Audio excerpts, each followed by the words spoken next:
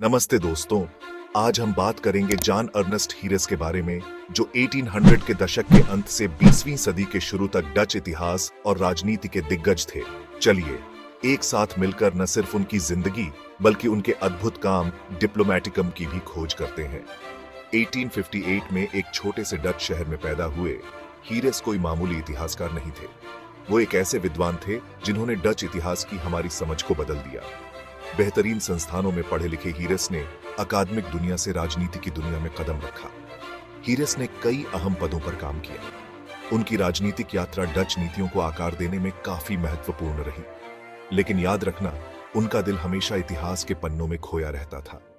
अब बात करें इतिहास की, तो हीरेस को उनके व्यापक शोध के लिए जाना जाता है, जिसका नतीजा निकला डिप्लोमेटिकम। ये एक ऐसा संग्रह है जो इतिहासकारों के लिए किसी खजाने से कम नहीं। इसमें राजनयिक संबंधों, महत्वपूर्ण संधियों और ऐतिहासिक दस्तावेजों को शामिल किया गया है, जो सदियों पुराने डच इतिहास पर रोशनी डालते हैं। काम का असर बहुत बड़ा। उनके खोजों और प्रकाशनों ने आने वाले विद्वानों के लिए रास्ता बनाया है। डिप्लोमेटिकम न सिर्फ डच बल्कि यूरोपीय इतिहास के अध्ययन में भी एक अनिवार्य संसाधन है। इतिहास के पन्नों में कुछ ही कहानियां उतनी ही मनोरम हैं जितनी कि डच ईस्ट इंडिया कंपनी की। कॉर्पस डिप्लोमेटिकम नीरलैंडो इंडिकम के पन्नों में राजनयिक दस्तावेजों का खजाना छिपा है। ये पांडुलिपियां क्रॉस कल्चरल कूटनीति द्वारा परिभाषित युग की एक अद्वितीय झलक पेश करती है। कल्पना कीजिए कि आप समय में पीछे कदम रख रहे हैं। प्रत्येक दस्तावेज आपको हलचल भरे व्यापारिक बंदरगाहों तक ले जाता है। व्यापार मार्गों को सुरक्षित करने से लेकर गठबंधनों को मजबूत करने तक ये दस्तावेज शक्ति और कूटनीति के जटिल नृत्य को प्रकट करते हैं। कॉर्पस डिप्लोमेटिकम नीरलैंडो इंडिकम केवल धूल भरी चर्मपत्रों का संग्रह नहीं है, यह इतिहास को आकार देने के लिए शब्दों की शक्ति का एक जीवंत प्रमाण है। इस आख्यान के केंद्र में दुर्जय डच ईस्ट इंडिया कंपनी है, जिसे आमतौर पर वीओसी के रूप में जाना जाता है। 1602 में स्थापित वीओसी केवल एक व्यापारिक उद्यम नहीं था। इसने विशाल राजनीतिक, सैन्य और आर्थिक शक्ति का संचालन किया। आकर्षक मसाला व्यापार में पैर जमाने के काम के साथ वीओसी ने जल्दी ही महसूस किया कि पूर्व में व्यावसायिक सफलता स्थानीय राजनीतिक परिदृश्यों की चतुर समझ और हेरफेर पर निर्भर करती है। अपने यूरोपीय समकक्षों के विपरीत, जो अक्सर पाश्विक बल का सहारा लेते थे, डचों ने कूटनीति के रणनीतिक लाभ को पहचाना।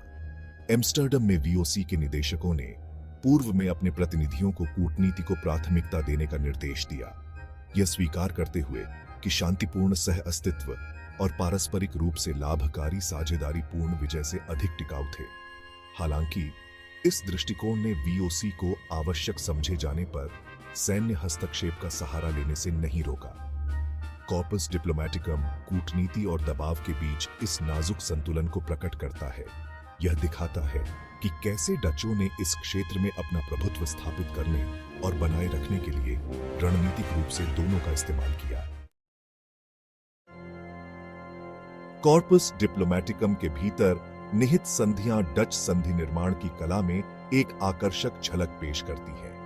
ये दस्तावेज केवल शुष्क कानूनी समझौते नहीं थे, वे जटिल बातचीत के उत्पाद थे जो स्थानीय रीति रिवाजों और राजनीतिक संवेदनशीलता की गहरी समझ को दर्शाते हैं। डच वार्ताकार अपने उद्देश्यों को सुरक्षित करने के लिए चातुर्य और रणनीतिक रियायतों का संयोजन करते थे। इन संधियों के दौरान एक आवर्ती विषय विशिष्ट वस्तुओं या व्यापार मार्गों पर एकाधिकार स्थापित करने पर डच का जोर है।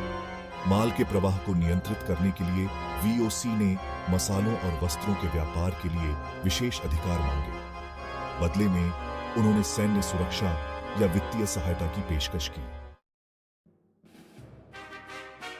कॉर्पस डिप्लोमेटिकम के भीतर निहित कई महत्वपूर्ण संधियों में 1602 में हस्ताक्षरित बेंटन की संधि पूर्व में डच उपस्थिति के इतिहास में एक महत्वपूर्ण क्षण के रूप में सामने आती है। एक प्रमुख काली मिर्च उत्पादक क्षेत्र बेंटन की सल्तनत के साथ सुरक्षित इस संधि ने प्रतिद्वंद्वी पुर्तगाली व्यापारियों के खिलाफ सैन्य समर्थन के बदले में डचों को विशेष व्यापारिक अधिकार प्रदान किए। बेंटन के काली मिर्च उत्पादन तक विशेष पहुंच हासिल करके वीओसी ने अपने यूरोपीय प्रतिस्पर्धियों पर एक महत्वपूर्ण लाभ प्राप्त किया, आकर्षक मसाला व्यापार में एक प्रमुख खिलाड़ी के रूप में अपनी स्थिति को मजबूत किया। हालांकि इस संधि ने स्थानीय राजनीति में डच हस्तक्षेप की शुरुआत को भी चिह्नित किया। बेंटन की सल्तनत को सैन्य सहायता प्रदान करने के लिए सहमत होकर वीओसी इस क्षेत्र के जटिल शक्ति संघर्षों में उलझ गया। एक मिसाल जिसने द्वीप समूह में उनके भविष्य के जुड़ाव को आकार दिया। 1755 में हस्ताक्षरित ग्यान्ती की संधि कॉर्पस डिप्लोमैटिकम के भीतर निहित एक और ऐतिहासिक समझौते के रूप में सामने आती है। जावा के मातरम सल्तनत में उत्तराधिकार के एक लंबे युद्ध के बीच संपन्न हुई इस संधि के परिणाम स्वरूप कभी शक्तिशाली राज्य का विभाजन हुआ। वीओसी ने आंतरिक कलह का फायदा उठाते हुए एक समझौता किया जिसने मातरम को दो अलग अलग संस्थाओं में विभाजित कर दिया। योग्याकार्ता की सल्तनत और सुराकार्ता की सनत। एक शक्तिशाली राज्य को प्रभावी ढंग से विभाजित करके कंपनी ने यह सुनिश्चित किया कि कोई भी एकल स्थानीय शक्ति उनके प्रभुत्व को चुनौती न दे सके। इस संधि के लंबे समय तक चलने वाले परिणाम हुए जिसने आने वाली सदियों के लिए जावा के राजनीतिक परिदृश्य को आकार दिया और डच औपनिवेशिक शासन के तहत द्वीप के विभाजन की नींव रखी। ग्यान्ती की संधि न केवल व्यापार और अर्थशास्त्र पर बल्कि स्थानीय समाजों और राजनीतिक संरचनाओं के ताने बाने पर भी डच कूटनीति के गहन प्रभाव की एक कठोर याद दिलाती है। व्यापार से परे संधियां और डच प्रभाव का प्रसार। कॉर्पस डिप्लोमैटिकम यह भी बताता है कि कैसे डच संधियां केवल व्यापार समझौतों से आगे बढ़ीं, जो ईस्ट इंडीज में जीवन के विभिन्न पहलुओं को प्रभावित करती है। ये दस्तावेज स्थानीय विवादों में डच की भागीदारी, कानूनी ढांचे को स्थापित करने के उनके प्रयासों और सांस्कृतिक प्रभाव डालने के उनके प्रयासों में अंतर्दृष्टि प्रदान करते हैं। उदाहरण के लिए हम देखते हैं कि कैसे डच ने स्थानीय शासकों के बीच संघर्षों में मध्यस्थता की, अक्सर स्थिरता को बढ़ावा देने और अपने हितों को सुरक्षित करने के लिए अपने प्रभाव का उपयोग किया। इसके अलावा कॉर्पस डिप्लोमैटिकम डच कानूनी और प्रशासनिक प्रथाओं के प्रसार पर प्रकाश डालता है। जैसे जैसे वीओसी का प्रभाव बढ़ता गया, वैसे वैसे स्थानीय रीति रिवाजों और प्रथाओं को संहिताबद्ध करने के उनके प्रयास भी बढ़ते गए। अक्सर विषय आबादी पर अपने स्वयं के कानूनी ढांचे को लागू करते थे। ये प्रक्रिया जबकि व्यवस्था और दक्षता सुनिश्चित करने के साधन के रूप में प्रस्तुत की गई, अक्सर डच नियंत्रण को मजबूत करने और स्थानीय स्वायत्तता को कमजोर करने का काम करती थी। कॉर्पस डिप्लोमैटिकम उन सांस्कृतिक आदान प्रदान की झलक भी प्रस्तुत करता है जो राजनीतिक और आर्थिक जुड़ाव के साथ हुए। कॉर्पस डिप्लोमैटिकम क्रॉस कल्चरल एनकाउंटर में एक खिड़की अपने राजनीतिक और आर्थिक महत्व से परे। कॉर्पस डिप्लोमैटिकम के भीतर के दस्तावेज इस अवधि के दौरान क्रॉस कल्चरल मुठभेड़ों की दुनिया में एक आकर्षक खिड़की प्रदान करते हैं। वे संचार की चुनौतियों, राजनयिक प्रोटोकॉल की बारीकियों और भाषाई और सांस्कृतिक विभाजनों में समझ बनाने की क्रमिक प्रक्रिया को प्रकट करते हैं। मलय, जावानीज और अन्य स्थानीय भाषाओं का डच में सावधानीपूर्वक अनुवाद और इसके विपरीत सांस्कृतिक अंतरालों को पाटने में दुभाषियों की महत्वपूर्ण भूमिका को उजागर करता है। कॉर्पस डिप्लोमैटिकम राजनयिक प्रथाओं के क्रमिक विकास को भी प्रकट करता है, क्योंकि डची और स्थानीय दोनों अभिनेताओं ने एक दूसरे के रीति रिवाजों को अनुकूलित किया।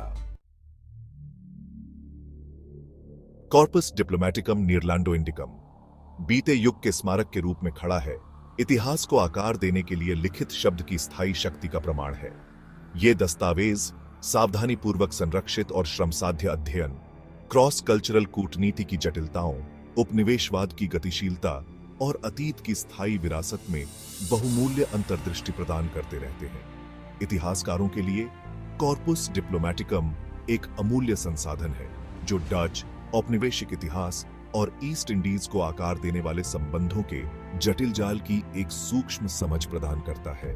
राजनयिकों और अंतरराष्ट्रीय संबंधों के छात्रों के लिए ये दस्तावेज बातचीत की कला, सांस्कृतिक संवेदनशीलता को समझने के महत्व और अंतरराष्ट्रीय मामलों में शक्ति की गतिशीलता को संतुलित करने की स्थायी चुनौतियों में कालातीत सबक प्रदान करते हैं।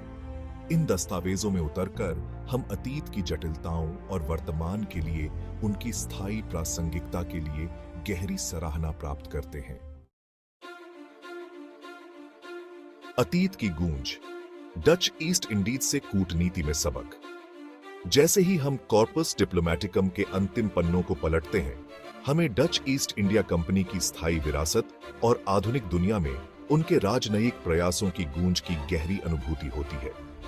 इन दस्तावेजों के भीतर सकारात्मक और नकारात्मक दोनों तरह के सबक गूंजते रहते हैं, जो 21वीं सदी में अंतरराष्ट्रीय संबंधों की जटिलताओं को नेविगेट करने के लिए बहुमूल्य अंतर्दृष्टि प्रदान करते हैं। कॉर्पस डिप्लोमैटिकम हमें याद दिलाता है कि कूटनीति एक सतत प्रक्रिया है, जिसमें धैर्य, सांस्कृतिक संवेदनशीलता और विभिन्न दृष्टिकोणों को समझने और उन्हें अपनाने की इच्छा की आवश्यकता होती है। यह प्रतिस्पर्धी हितों और शक्ति असंतुलन का सामना करने पर भी विश्वास निर्माण और पारस्परिक रूप से लाभकारी समाधान तलाशने के महत्व पर प्रकाश डालता है।